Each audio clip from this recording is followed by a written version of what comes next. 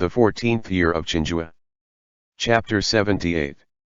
Too hungry for that. When Tang Fan had been in the Wei residence, he had already narrowed down the scope of who the murderer could be from the clue in Wei Zhenliang's fingernails. There was a 99% chance that the killer was a man.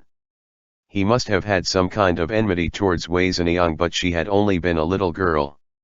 Who would have such a deep grudge with her? For that reason, Tang Fan had suggested that Magistrate Wang start investigating her mother, as well as the people surrounding her. The most important point was that the murderer should be someone fairly familiar with the Wei residence, else he wouldn't have been able to follow Wei Zhenliang, kill her and then escape before anyone else discovered him in such a brief period of time. Given that Magistrate Wang wasn't that stupid, him finding the killer according to the clues drawn by Tang Fan should only be question of when, and yet he had sent someone to tell Tang Fan that something else had happened at the Wei residence. Once Tang Fan arrived at the Wei residence, he was led all the way to the main hall by the magistrate's companion. At this very moment, the place was in complete chaos both inside and out. Some of the guests had already left, while some weren't allowed to leave, forced to remain in the estate, inevitably grumbling and scowling at Tang Fan in their heads. It had been his idea for it to be best to not let a single person go before the killer had been found, but this was clearly not possible to do because all of the guests here were figures of high repute that dominated almost the majority of farmland in the county.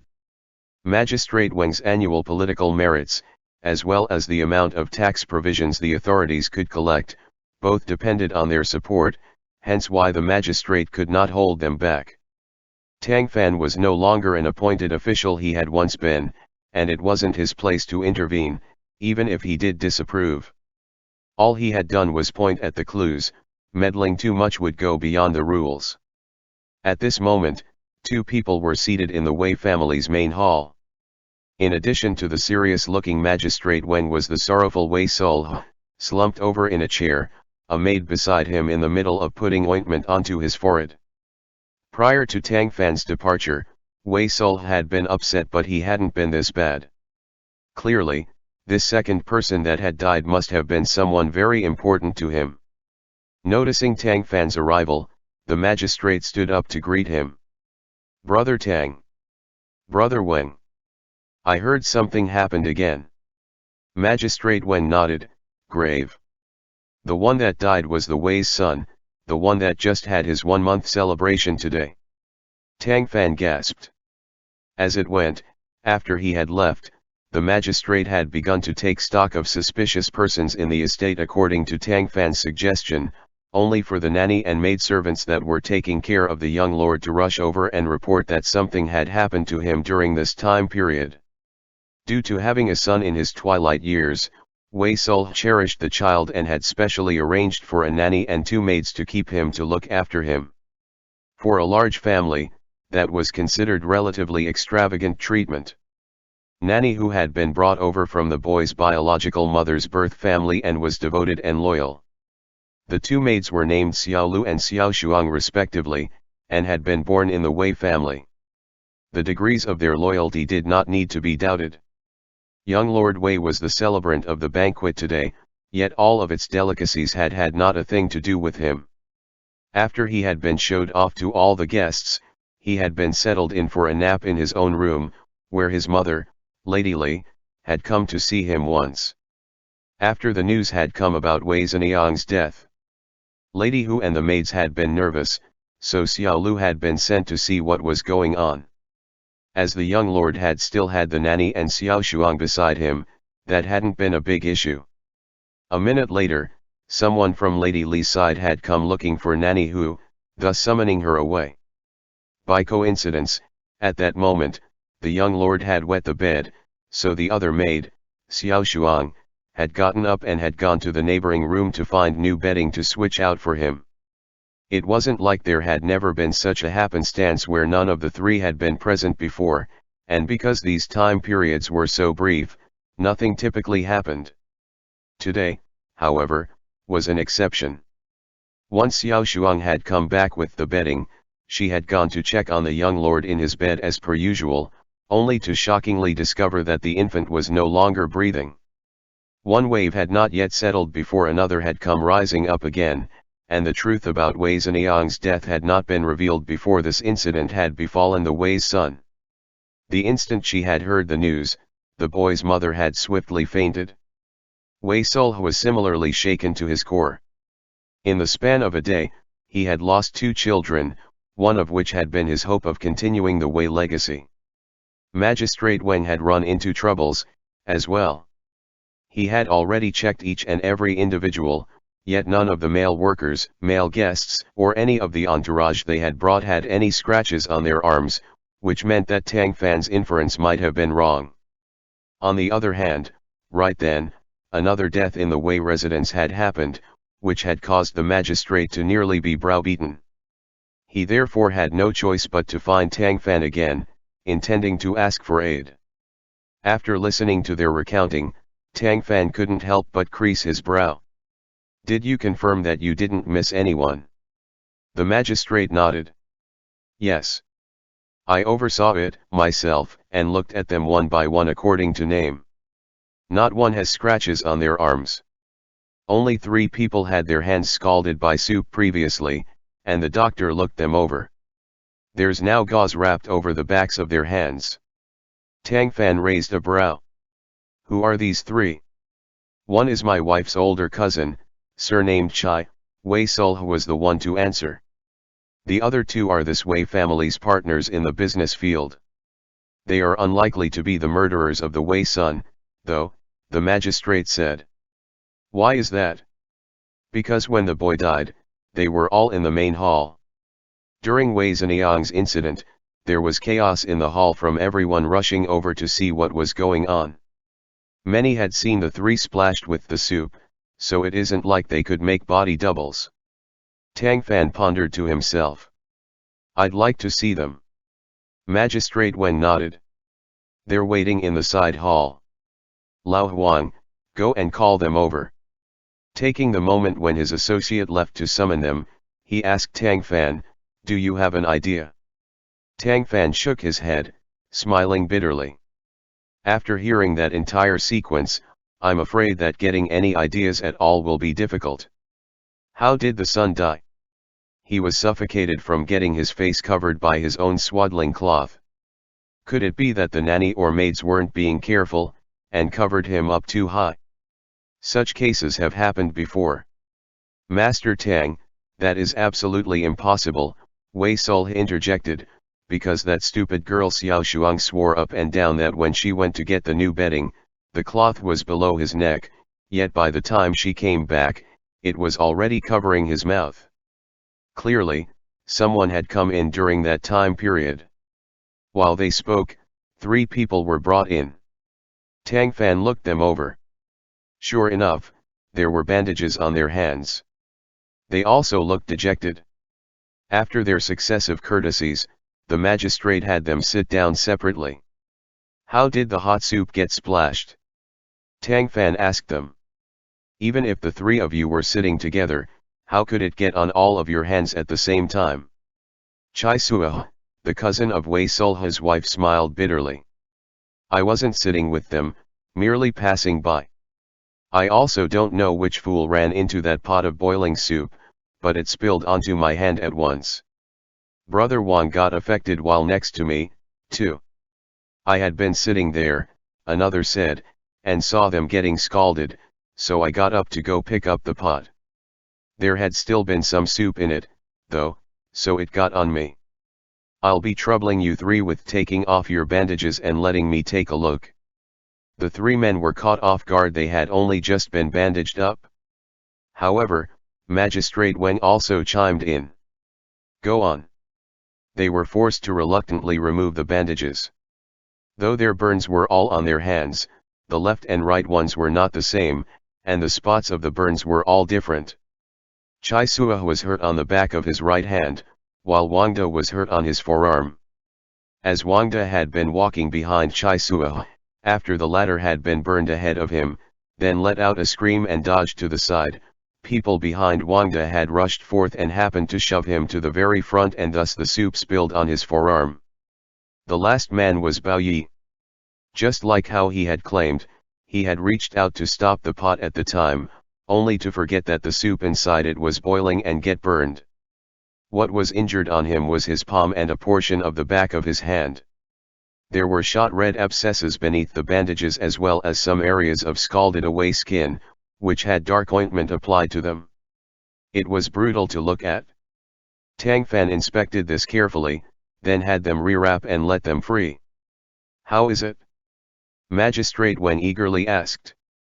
The other shook his head, saying nothing.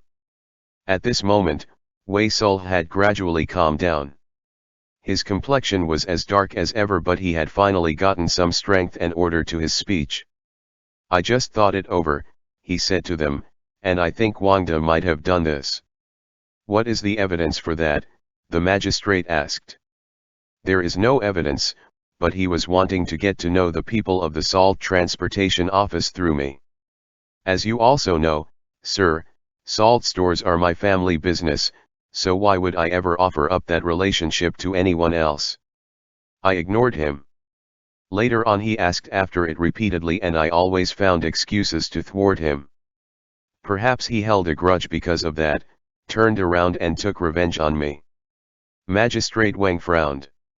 "How would killing Wei Zhenliang and your son help him? If he held a grudge, he would have to act against you directly." Tang Fan nodded. "What Mr. Magistrate said makes sense." As the other two didn't agree with him, Wei Sul was a little depressed. Waiting idly around for evidence to drop by the door was no way to handle things. Tang Fan suggested that they go to the hall that the banquet had taken place at for a look. Wei Sul mustered up his energy to lead him there himself, while Magistrate Wang followed after, having nothing to do anyways. Tang Fan had been through this area before, so it was not unfamiliar to him. Behind the screen was the spot where he had suffered a huge jump of fright from seeing the disguised eunuch Wang, while in front of the screen was the wide-open reception hall. The original tables and chairs had been removed, and there were 10 round, 8-seater yellow rosewood tables with inlaid marble set up, making it even emptier in here. However, apart from the guests had been servants bringing food and maids helping pour wine, some people even getting up for toasts, coming and going. All of that, even though the space was large, had made it seem noisy and crammed. "Which table was Bao Yi at?" Tang Fan asked Wei Sul. The latter couldn't remember, so he turned to look at the following steward, who quickly pointed at one of the tables near the entrance. "It was that one. They said that the soup was scalding. Is that true? There didn't seem to be any such dish when I left before." "Yes. It was served second to last, and is called jadeite abalone stew. Over 10 glazed pots were covered at the same time to stew, then were lifted up while heated to serve to the guests while steaming hot. The Wei residence doesn't have that big of an area, nor does it have that many glazed pots, so these dishes had been prepared and delivered by a restaurant ahead of time." "Which restaurant was it ordered? How far away is it?" "The restaurant is called Biantian and it's the largest restaurant in the county. Its distance from here is no more than about the time to finish a cup of tea. If you all ordered this dish from there, then given that they make it fresh, you probably have to notify them in advance for whatever period it needs to be served, to give them some time to get it ready." "You are correct, we notified them the day before. The soup needs to be slow cooked for 12 shishin before it will be ready. When the third to last course was served, we sent someone over and began instructing them to carry the pots in. The coming and going takes 2 cups of tea's worth of time, then, while the meal took a shishin, at minimum. In other words, after the pots were taken here, it was at least another shishin before they got served." The steward nodded. "Correct, more or less. Because it's hot out and the pots were sealed well, it didn't start cooling down until it was set onto the tables. Magistrate Wang had left a step ahead of me, so he certainly didn't get to have any of that soup," Tang Fan said to Wei Sul. "Did you? Was it hot?" Wei Sul smiled bitterly. "This Wei had rushed over as soon as I heard that something happened to my daughter, so I didn't get any, either. This lowly one had a sip, the steward said. It indeed burned the mouth. In that case, if the soup had been spilled onto your hands at the time, do you think that they would now be blistered up like theirs are? Tang Fan asked. The steward hesitated. That seems about right. Magistrate Wang ended up reacting faster than the rest. Do you suspect that those three are using burns to cover up scratches on their arms? Tang Fan nodded. Yes. The other creased his brow. But, would there be three killers? Of course not. I'll go and interrogate them individually, then. There's no need to worry about that for now, Tang Fan answered. He didn't give much of an explanation, first questioning the steward, is there any more of that stew you mentioned in Vientiane today? Or does it need to be made fresh? There is. Many diners go there to eat, so the restaurant has 2 pots cooking every day, which are also stewed for 12 shishans. If one gets there late, they're not getting any, so it needs to be ordered ahead of time. The dish is pretty popular.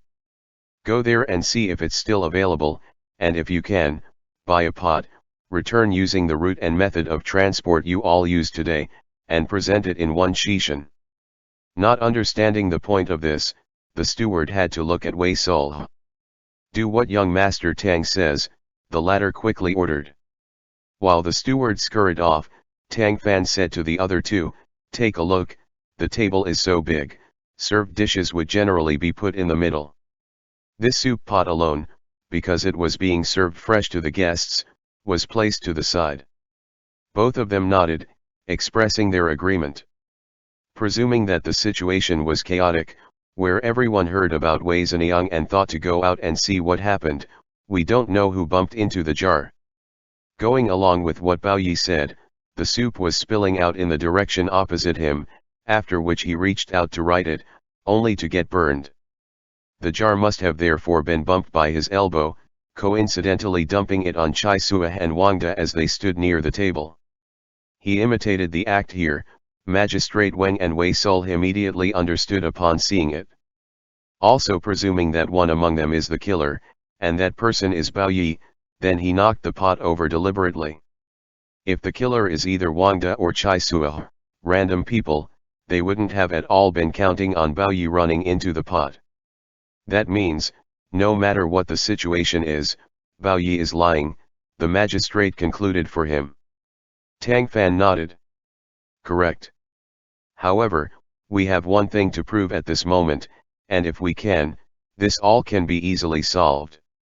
Wei Sul was still a bit in the dark, but Magistrate Wang had already come to a full understanding, twirling his beard and smiling. Very good. He was not someone that envied others' talents, and Tang Fan had always been quite proper by not overshadowing him and also letting him have the credit. You are truly talented, good brother. The court not utilizing an official like you is truly their loss. Who that they're referred to, he wasn't clarifying, but the two of them knew well. Tang Fan shook his head.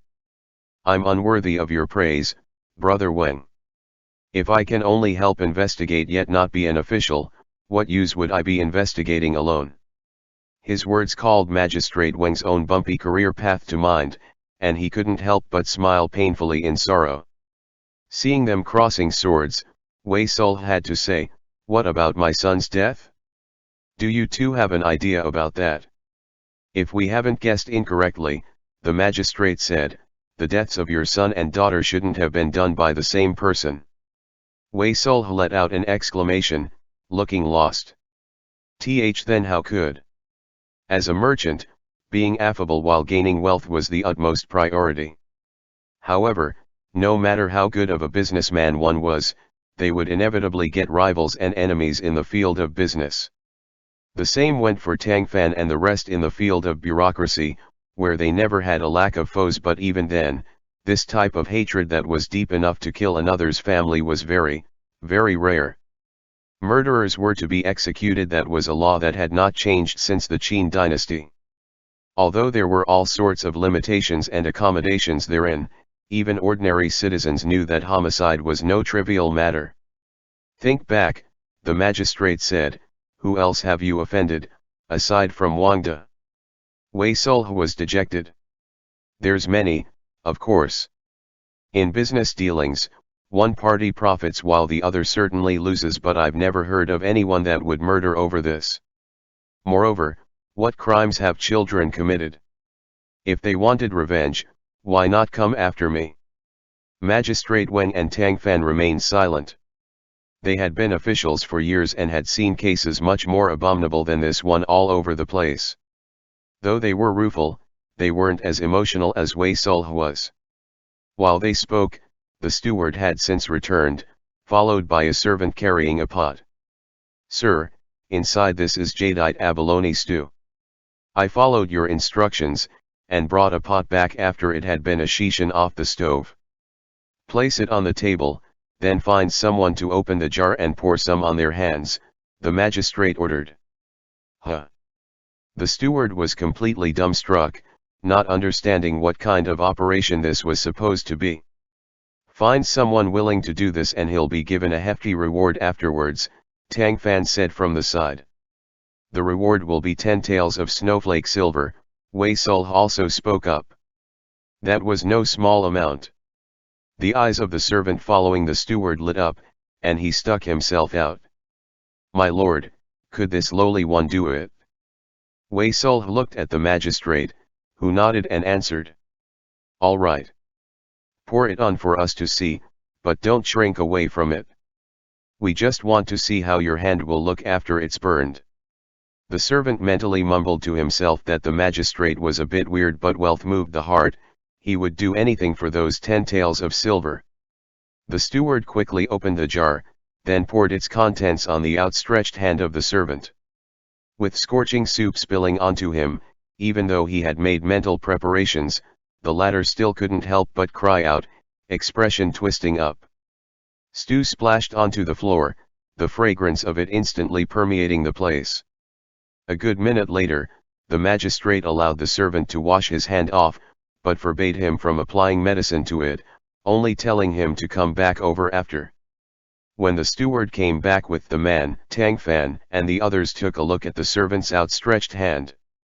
They saw that the recently burnt skin had gone red, but it wasn't as severe an injury as Wang De and the others had been.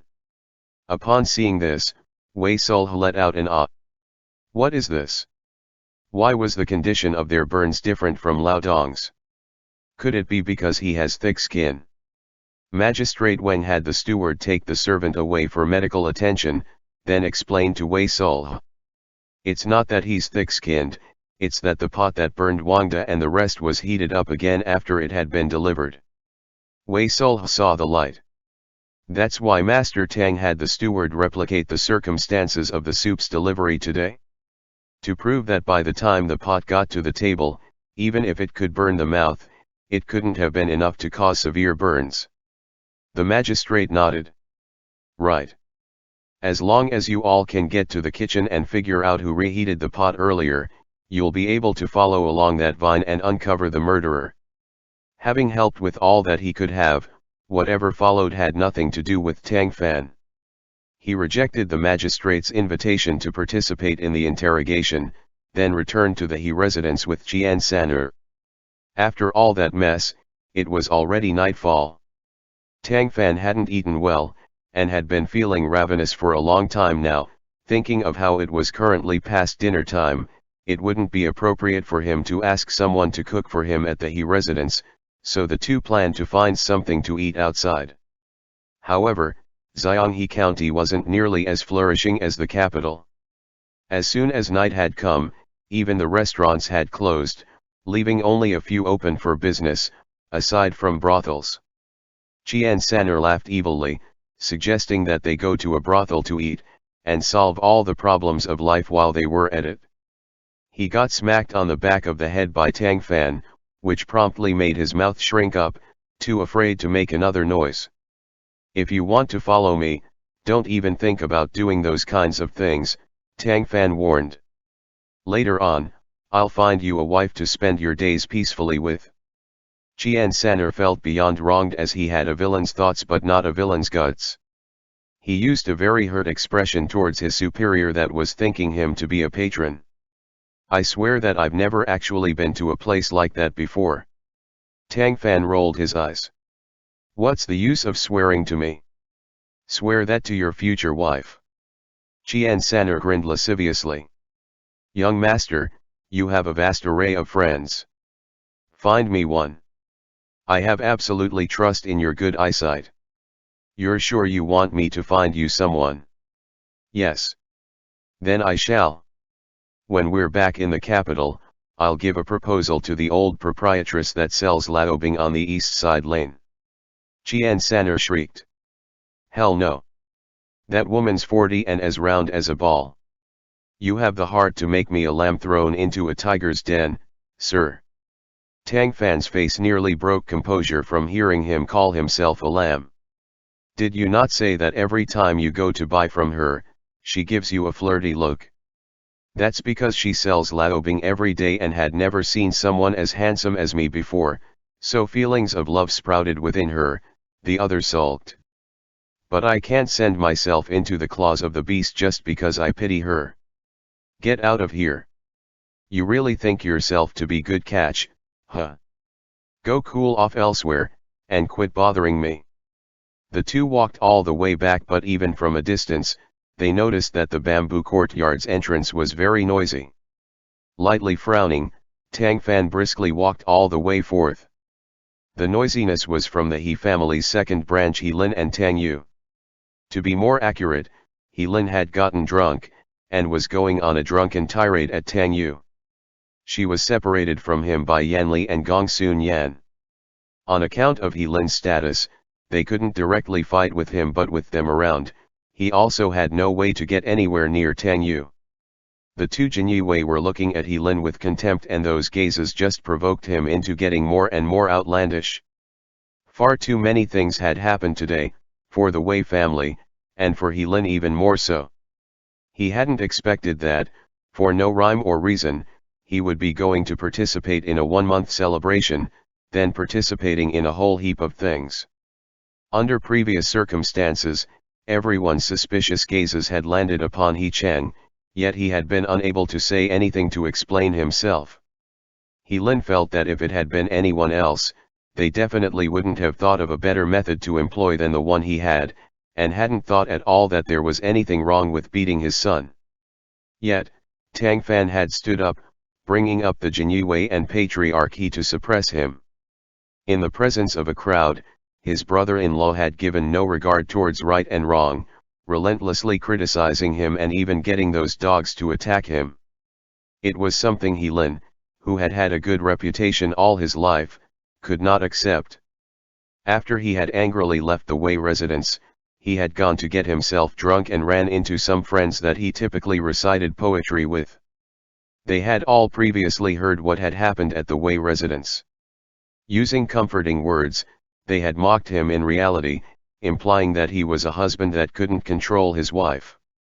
Getting compared unfavorably to his brothers had been enough, but now even his brother-in-law was looking down on him. They had further teased that he might be made to kneel on a washboard once he returned.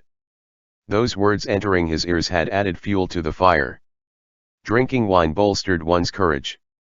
It made him lose his fear towards the Jinyue and leaving one notion behind in his head: find Tang Yu and settle the score.